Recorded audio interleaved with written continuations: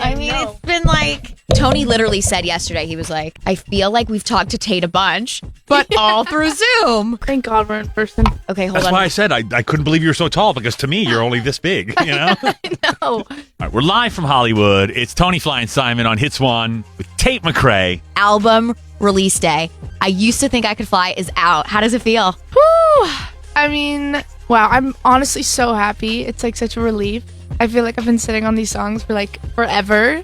And yeah, it just like feels weird. I feel like the release day is always just like, you got to get it over with and then you'll be fine. So I used to think I could fly. Yeah. Where does that come from? Honestly, I was kind of infatuated with the idea of, I think a lot was changing this year as I started writing this album. And I just came to a lot of realizations. And, I was thinking about when you're younger, how you have this perception of the world with no filter on it yet because no one's affected you or left any mark on you yet.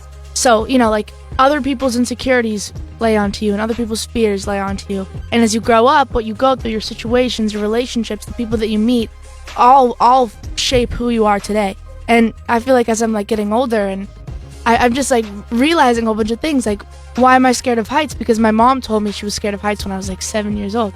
And I just thought it was a very cool concept, talking about relationships and everything I was going through for my first ever album. So do you not think you can fly now? No. To us, you're flying right now, Yeah. babe. Oh, thank you.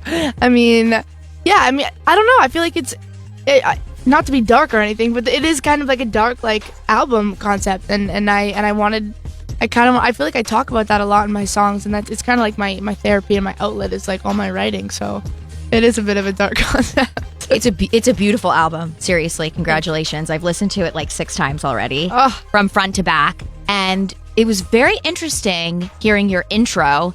You say you grow up, you lose friends, and you're suddenly afraid of things you never were before. What are some of those things? And do you feel like since you've came into fame that it's harder to have real friends? I feel like, it is a little difficult. Just honestly in this industry period, because you just like never know what people want, or I feel like it's very funny because I'm a very like nice person. I will walk into a room and I'll like literally assume the best in every person, and I'll see only the amazing things. And I think sometimes that quality can just be like used sometimes in a person. And that's honestly what I meant. I think I got shocked even moving out and meeting new friends and meeting new people. I was like, I'm like pretty naive to like, some people, which is crazy to think about. Well, since you brought up the intro, can we talk about the first song after the intro? Don't Come Back. Yeah. Love it. Thank you. We're going to play it here in a second. Yeah. Let's tell everybody about it. So this is an interpolation of Nelly's song "Ride with Me," which is so sad. Is that like a favorite song of yours? Where does that come from? How did that song become your song? Well, I hadn't even like listened to that song in forever. And I just remember this guy and Charlie Hanson, this producer, we were writing a whole bunch of songs, like just like throwing out a whole bunch of ideas. He was playing guitar, and sometimes when you're just like in a room and you're like bored, you just like sing old songs and over top of it.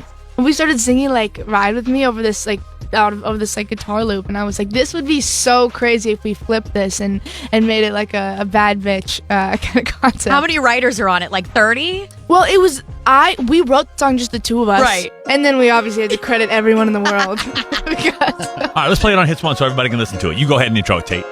Hey guys, it's Tate, and this is my song "Don't Come Back." Yeah, if you wanna go ahead and lie to me.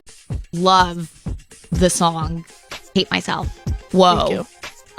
So you wrote that with Alexander 23, Yeah. and Charlie Puth, right? Yeah. Basically, we started this idea in a room. Charlie put down like this like guitar, and we didn't write any lyrics to stay because I was in a horrible mood. So creating a song with Charlie Puth, is it nuts? He's a psychopath. This man cannot go like 2 seconds without either like telling you what key you're speaking in or like playing on a piano. I don't know. He's crazy. So he starts playing down these guitar or whatever chords. We couldn't write anything the first day, so we just like left it. The next day, I just went through a breakup. I like literally this day I go through a breakup and Blake calls me. He goes, "You're coming over right now." And I was like, no, like I'm a disaster. I cannot write a song right now.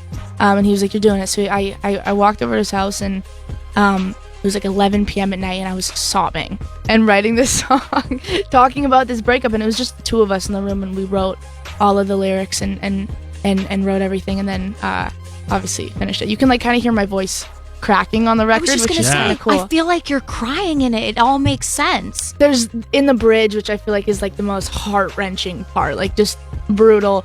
I was literally at the booth like crying because it had just happened like hours before. How long were you in this relationship for? A year and a half. It was hard. I think it was just like a lot going on at once, and I had no idea how to talk about it. And that song was like very, very real. I don't like that guy. I hate that guy. Don't hate him. But in the chorus, you say, "Oh, I didn't think this over. Fell back when you got closer. After I just put you right through hell.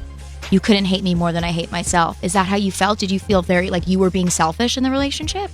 No, I feel like what I've like realized is what I do is like if someone were to leave my life or someone were to walk out or something, I would literally just like look back and blame at me for everything. I think that's like my fault in a relationship is I'll take all the blame and I'll be like, I'm sorry, I'm whatever. And I'll always like put it back on me. And I do this thing where like if I really, really care about people, I'll like push them away a bit. And I think that's what I was meaning in the song is like I'm trying to like not hurt myself, so I push people away and try to make it a lot easier. But it ends up like, you know, obviously making people that you love not close to you. And it ends up like hurting you worse because you are blocking your feelings. Right, and I think that's what I tend to do a lot is like shut off and just like keep my head forward and not focus on the things that hurt.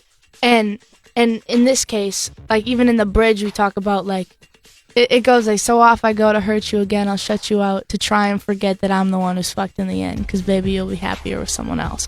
And I think that's like the most painful part is like what a hard thing to say. Right, when you feel like you're pushing people away and you know you're doing it, but it's like you can't help it, and you know that they're gonna go off and be super happy with someone else. Like that's the most painful thing in the world when you still love someone. Has he reached out to you today to say congratulations? He has, actually. Wow. Yeah, it was really how'd that make you feel? I mean, it's a lot. I think relationships fuck you up. They're just a whole thing that messes with your head, and I think when there's so much going on, it's like I don't even know how to process half of it. All right, we need to get off the sad thing. Let's talk about a happy moment. Yeah, yes. Me and Simon are getting super deep. Yeah, because I know she's about to start crying. I'm crying already. Yeah. My You're- hormones. You're wearing the sunglasses, so you'll be able to hide it, but she'll be a wreck in about 5 minutes. Right. Well, there were a lot of really, really cool moments writing this record. I think there was this one song called What Would You Do? And We love it. Yeah. We So like good. love it. And that's also a Charlie. it was with Charlie. So this was so fun because me and Alex were hanging out. He was like, hey, can we go hang out with Charlie? And I was like, sure. We go over to Charlie's studio. Obviously, like, Charlie literally can't shut up on the piano and the guitar and everything. He's like playing every instrument in the room. So we all start like singing. We start writing this song. It ends up going like super late. We call our friend Blake over and we're like, you need to produce this song. Like this is going to be sick. And it was so crazy because I just like Charlie's like brain works like a mile a minute, and we were just having like the best time ever. And I remember we were writing this bridge, and it was so fun because we were all sitting on this one couch just like throwing out all these ideas of like what you would do to like to like really hurt someone, to like get them back and, you know, put them in your shoes. And I remember like Charlie was like, ah, he like screamed. He was like, oh my God, I just got full goosebumps. And we all were like, it was just like one of those moments where like you're like, music is so fun, and creating music with your friends is like the best thing in the world. Well, let's all have some goosebumps now. You go ahead and intro to the song, and we'll all listen to it together. Okay. Hey guys, this is Tate McRae, and this is my new song, What Would You Do?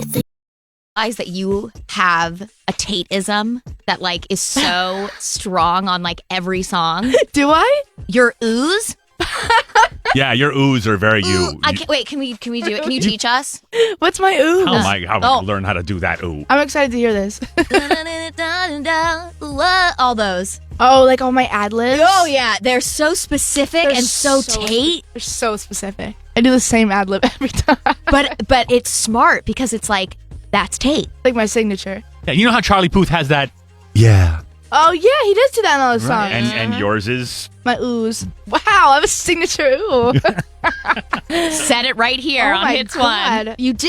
I love that. It's so good. Thank you. Okay, Tate, you have been booked and busy. Like every day you're like either in Venice or you're here. What was your favorite place you toured? Honestly, one of my favorite cities to go is Amsterdam. It was insane. These fans were psycho. Literally all of Europe was just like crazy fans that I've never experienced before. Like at one point in Milan, I was on stage and I had just finished a song and I was like taking a water break, and in these like one second that I was like not speaking, the entire crowd starts like singing to me.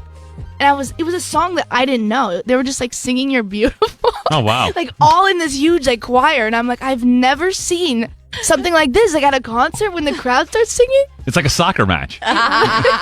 You know, they were cheering you on, cheering you and your water on. It was wild. Just so many different experiences, like all over the world. It was a pretty surreal experience, and getting to actually feel like real fans for like technically the first time was wild. Do you get emotional seeing them sing your song so back emotional. to you?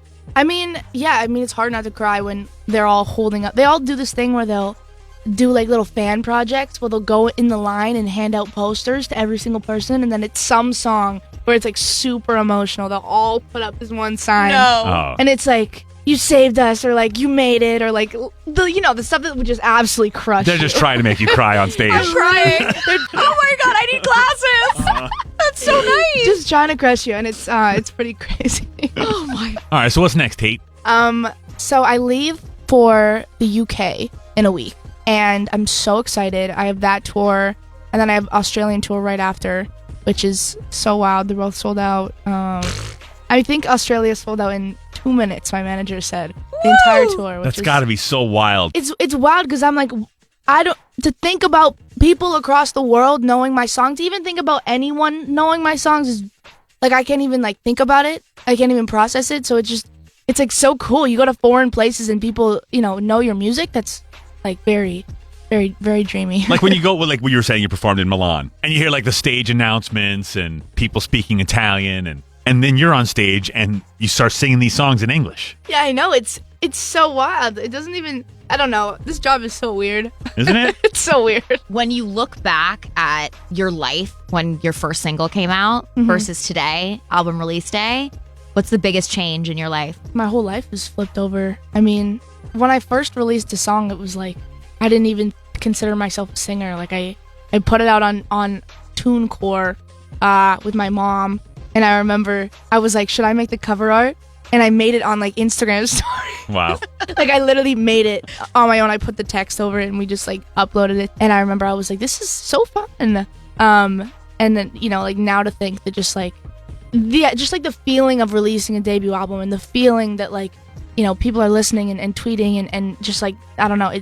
And so much thought goes into it now, and so many people. Yeah, you're not doing the cover art, and there was a meeting, and there was a lot of discussion going back and forth, and Creative, Yeah. it's like insane. Yeah, I'm like, what do you guys talk about in these meetings? I mean, there's only so much about me that you can know. You're like, I used to do this on my IG in 2 seconds. I can get on Instagram stories and just make one real quick. Right, you want me to do it? We can all go home.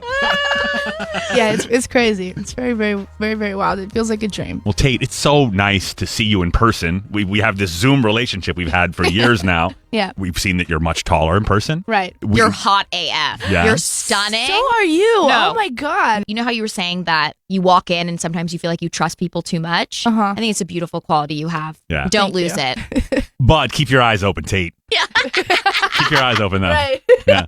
She's like, open your heart. You're like, okay, a little bit. Yeah, yeah. In this room, you can open Just your a heart. little bit. But once you get out there, it's dangerous out there. Open your eyes. Right. Scary world. Close that up.